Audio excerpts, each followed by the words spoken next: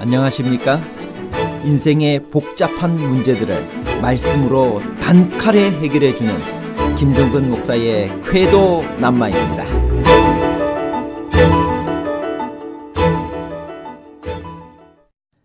여러분은 죄를 지으면 누구에게 죄를 고백하세요? 대부분 당사자에게 가서 고백하고 용서를 받지요. 그럼 은밀한 죄들은 누구에게 고백하세요? 혹시 목사님이나 신부님께 죄를 고백해 보신 적 있나요? 그러면 그분들이 여러분의 죄를 용서해 주시나요? 하나님은 사람에게도 죄를 사하는 권세를 주셨을까요? 아니면 죄를 사하는 권세는 하나님만 가지고 계실까요? 한 여학생이 제 사무실을 찾아와 고해성사와 관련된 아주 충격적인 한 사실을 제게 말해 주었습니다. 목사님, 저는 신부님 앞에 가서 고해성사를 할 때는 주로 일반적이고 형식적인 죄만을 고백했고, 진짜 제 마음 깊은 곳에 숨겨진 죄들은 집에 돌아와 하나님께 솔직히 고백하며 통회의 기도를 드리고 있어요. 왜냐하면 하나님만 저의 죄를 용서해 주신다고 믿기 때문이죠. 여러분, 죄를 사하는 권세는 하나님만 가지고 계실까요? 아니면 하나님은 사람에게도 죄를 사하는 권세를 주셨을까요? 죄를 사하는 권세에 관한 복잡한 문제를 하나님 말씀의 가르침으로 명쾌하게 해결해 드리겠습니다. 우리가 언제부터 죄인이 되었을까요? 시편 51편 5절. 내가 죄악 중에 출생하였으며 모친이 죄 중에 나를 잉태하였나이다. 성경은 사람이 태어나면서부터 죄된 본성을 가진 죄인이라고 말합니다. 꼭 행동으로 옮겨야 죄인가요? 마태복음 5장 28절. 나는 너희에게 이르노니 여자를 보고 음욕을 품는 자마다 마음에 이미 간음하였느니라. 행동으로 옮기기 전 마음으로 음욕을 품으면 이미 죄를 지은 것입니다. 세상에서 죄를 짓지 않은 사람은 몇이나 될까요? 로마서 3장 10절, 23절. 기록한 바 의인은 없나니 하나도 없으며 모든 사람이 죄를 범하였음에 하나님의 영광에 이르지 못하더니. 성경은 세상에서 죄를 짓지 않은 사람은 한 사람도 없다고 말합니다. 성경이 말하는 죄의 정의는 무엇일까요? 여러분, 죄라고 하는 그 한문을 보시면 넉사자의 안일비자입니다. 네 가지가 아닌 것입니다. 첫 번째, 불신. 로마서 14장 23절. 믿음을 따라 하지 아니하는 것은 다 죄니라. 두 번째, 불선. 야고보 4장 17절.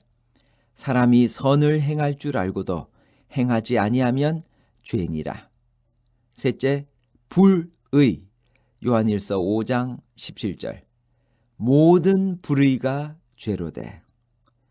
넷째, 불법. 요한일서 3장 4절. 죄는 불법이라. 죄의 결과는 무엇일까요? 로마서 6장 23절에 보면 죄의 삭은 사망이라고 성경은 말합니다. 여러분, 멀티탭을 혹시 사용해 보셨나요?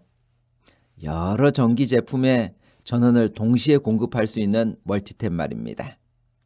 그런데 이 멀티탭에 전원이 빠지면 어떻게 될까요? 거기에 연결된 전기 제품 모두 자동으로 전원이 꺼집니다. 하나님은 아담을 멀티탭과 같은 존재로 만드셨습니다. 모든 사람은 아담이라는 멀티탭에 연결된 각각의 전기 제품과 같습니다. 아담을 통해 각 사람이 하나님을 닮은 모습으로 태어나는 것입니다. 아담이 하나님께 순종했다면 하나님과 계속 연결되어서 그것이 가능했습니다. 그런데 아담이 불순종하여 하나님과 분리되어 버렸습니다. 아담이라는 멀티탭이 하나님이라는 전원에서 빠져버린 것입니다. 그 결과 아담에게 연결된 모든 사람은 자동으로 하나님과 분리되어 버렸습니다. 성경은 이 분리를 죄라고 표현합니다. 사람이 나쁜 짓을 했기 때문에 죄인이 아니라 하나님과 분리되었기 때문에 죄인이 됩니다.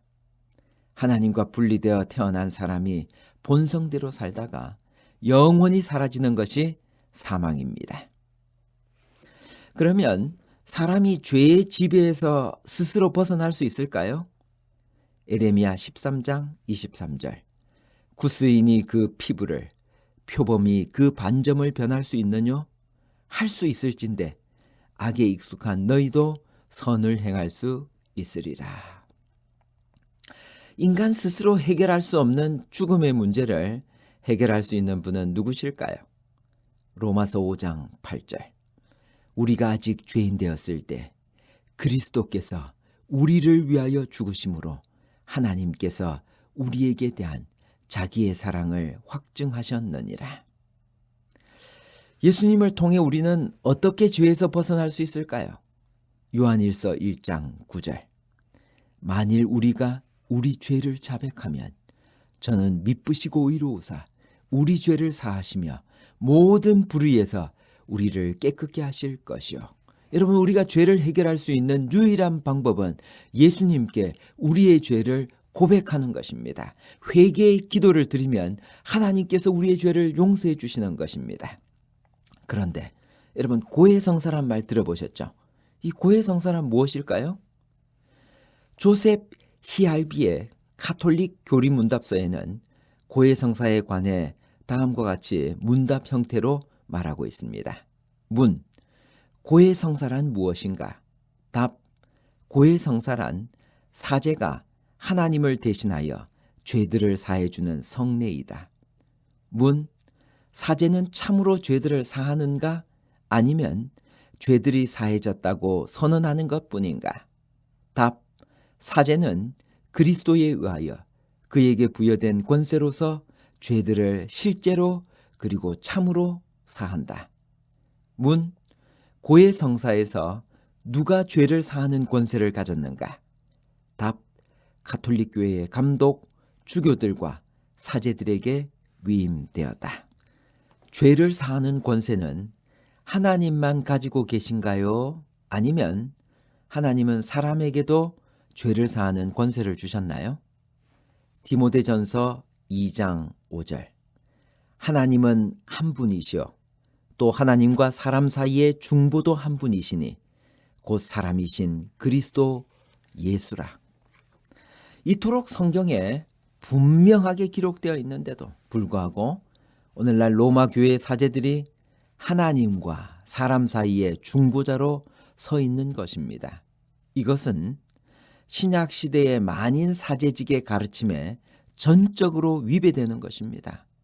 히브리서 5장 14절 16절. 때를 따라 돕는 은혜를 얻기 위하여 은혜의 보좌 앞에 담대히 나갈 그 길을 가로막고 있는 것입니다. 특히 우리 죄의 고백을 들으시고 우리 죄를 사하시며 모든 불의에서 우리를 깨끗게 하실 유일한 중보자이신 예수 그리스도를 가로막고 이른바 고해성사를 통하여 사제들에게 모든 죄를 고백하게 하므로 죄사함을 얻는 줄로 믿게 하고 있는 것입니다. 예수님이 아닌 인간도 죄를 사할 수 있나요? 마가복음 2장 7절. 참남하도다. 오직 하나님 한 분 외에는 누가 능히 죄를 사하겠느냐. 여러분, 예수님만 우리의 죄를 사하실 수 있으십니다. 결론적으로 첫째, 모든 사람이 죄를 지었기 때문에 사제를 포함하여 인간 모두가 죄사함을 받아야 할 죄인입니다. 둘째, 오직 하나님 한 분 외에는 그 누구도 죄를 사할 수 없습니다. 셋째, 죄인이 죄의 용서를 받기 위해서는 우리를 위해 대신 십자가에 돌아가신 예수님께 죄를 고백하고 회개해야만 합니다. 죄인은 또 다른 죄인의 죄를 사할 수 있는 권세가 없습니다. 죄를 사하는 권세는 하나님만 가지고 계십니다. 하나님은 사람에게 죄를 사하는 권세를 주시지 않았습니다. 감사합니다.